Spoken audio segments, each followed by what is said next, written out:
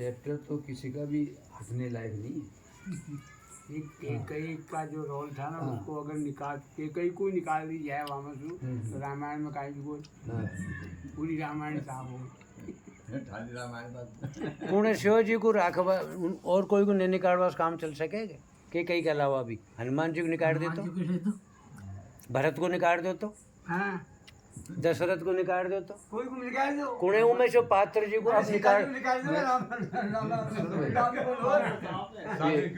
नहीं अपनी अपनी जगह सबका अहम वो अरे नहीं निकाल दो ऐसे डिस्कस मत करो उसको। जैसे कहा ना कि उसको निकाल सीता ही दो। नेचुरल जाति आप ये नहीं, आप तो ये कहो कि रामायण में केकई कितनी महत्वपूर्ण थी, इसके ऊपर विचार करो। क्या सचमुच महत्वपूर्ण थी क्या? उसको तो मजबूर किया गया था हाँ, जो मतलब उसने केकई को तो मजबूर जमाया किया गया था नहीं। तुमको ये करना है। अगर केकई ने ये कुछ नहीं किया होता हाँ तो आज राम राम नहीं होते, एक राजकुमार होते वो खाली।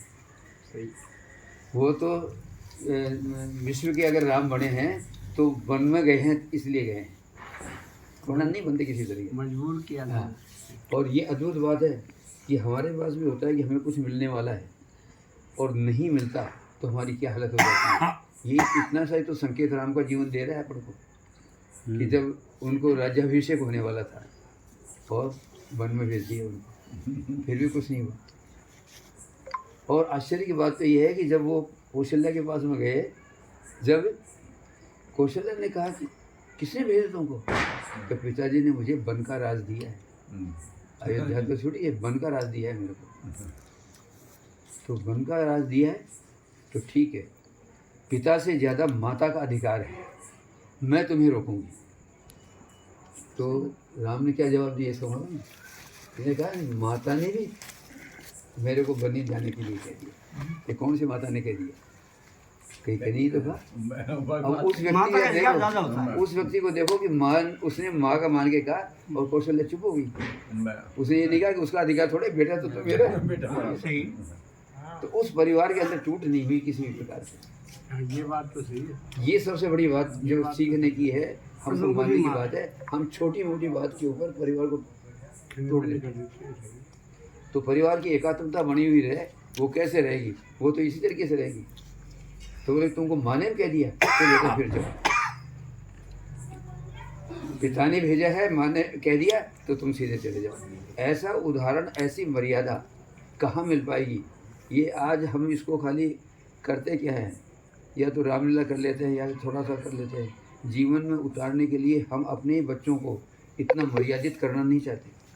और ये निश्चित बात है कि आज की भी माता या पिता का है, माँ ने कह दिया काम के लिए तो पिता का नहीं जमा तो पिता ने हटा दिया था। नहीं, हम दोनों पिता और माता दोनों एक मत के नहीं हो पाते। यहाँ राम जी ने यही प्रूव किया है कि माँ और बाप जो मेरे दोनों एक ही मत के थे, इसलिए मैं बन जा रहा हूँ। ये काफ़ी मतलब वो बड़ी बात है, इसको देख लीजिए।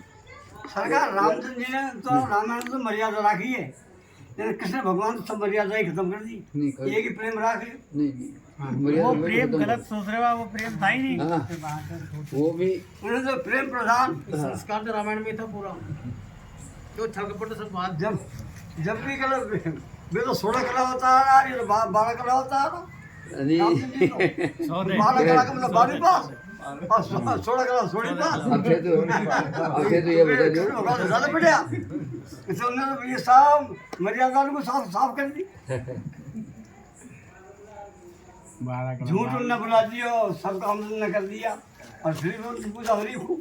नहीं झूठ कहाँ बोलो है? हाँ? नहीं यही तो बात है कि हमको हमारे बोल उस परिस्थिति को देख करके होते हैं और हम किस प्रकार से उसको करेंगे, वही जी। और राजनीति और राजा के अनुसार जीना है तो कृष्ण का जीवन जी। लो भाई, बिल्कुल सही, ठीक है ना? सटीक जवाब। ये जजिए ना, अब किसने कितना झूठ बोला है, कितना सच बोला है, इसके ऊपर मत परिवार की तरह राजा के यदि अनुरोध करोगा तो आप राज कौन कर सकोगे? नहीं, राज तो नीति राम तो ने आपको भी किया कृष्ण की है। अपनानी पड़ेगी। राज तो राम ने भी किया है।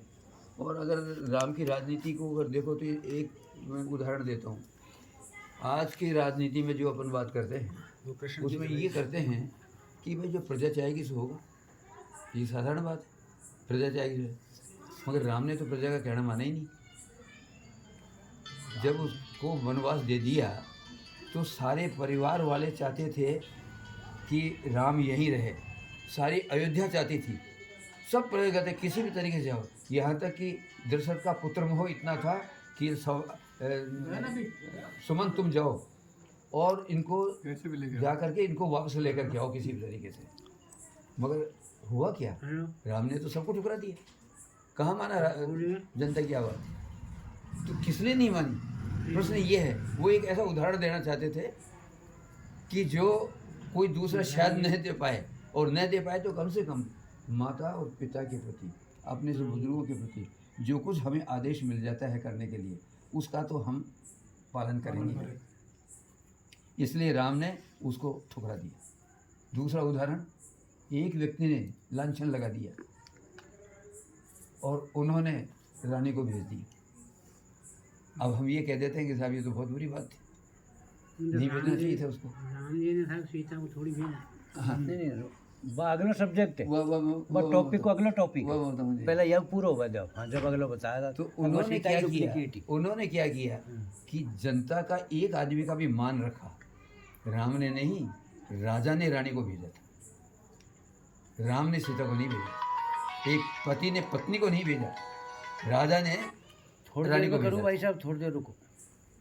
तो ये एक उदाहरण इस बात का आ गया कि राजा को अपने राजकर्म राजधर्म को निभाने के लिए कितना बड़ा संकट, पारिवारिक संकट बोल रहे हैं, क्योंकि उसका अपना कोई जीवन नहीं होता है राजा के लिए।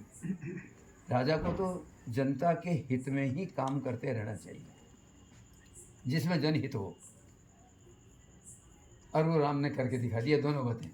अब ये सीता भी कोई डबल रोल में ही के जैसे ये कह रहा है बस सीता लगी भेजवाड़ी रिया बस जमाना में छल कराया कि भाई सीता जी ने ही अब कहा देखो, है राम जी से, हाँ वो बताओ। मेरी बात के लिए मतलब मेरे लिए आपका अपमान होता है, दुनिया मतलब बात करती है।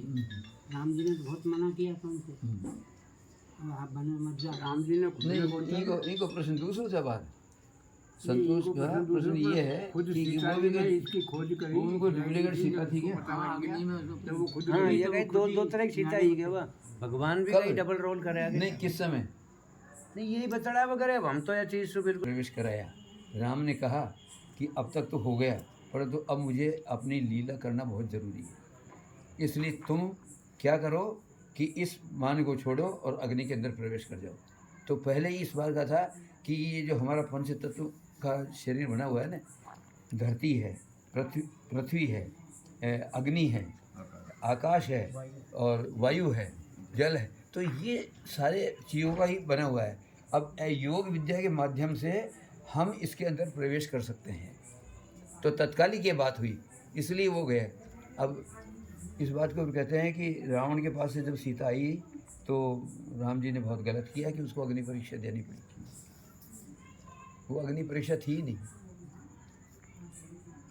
क्या था?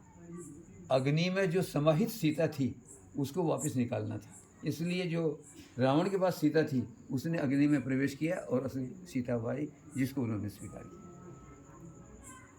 योग विद्या। हाँ, योग में ये था। नहीं खैर, अर्थ तो खुद लगा लो, कोई मतलब जिसकी जैसी समझ हो उसमें तो कोई बात नहीं दोस्त कौन साहब एक जगह कते को बताया है। का दोष नहीं था, सभी में कई बुरी बताया। नहीं, कहीं तो बिल्कुल भी दोष नहीं था उसका तो हाँ बोलो। एक दृष्टांत के अंदर हाँ ऐसा है, हाँ अब जब राज तिलक होगा की संभावना होगी, सब राजी खुशियाँ, हाँ तो भगवान राम ने सोची कि अब मैं गद्दी में बैठूंगा, हाँ और राजनीतिक ज्ञान था कई राजनीतिक और हाँ तो वाल्मीकि की पार्षद में राजा हो जाऊंगा, मैं बूझ नहीं सकता, इसलिए कई माता से चलकर शिक्षा लेनी चाहिए राजनीति। सिंहासन पर बैठे जब वहाँ गए हो, वाल्मीकि कैसे बेटा कैसे आया, बोले रात तिलक हो, हाँ कह रहे माता रात तिलक होगा, लेकिन मैं पास राजा हो जाऊंगा, मैं आपके पास में नहीं आ सकता शिक्षा लेने के लिए, इसलिए मुझे राजनीतिक शिक्षा और मैं जो छत्रपति होऊंगा ऐसा हूँ जो कलंक नहीं ले, कलंक नहरे मारे कलंक नहीं राम के।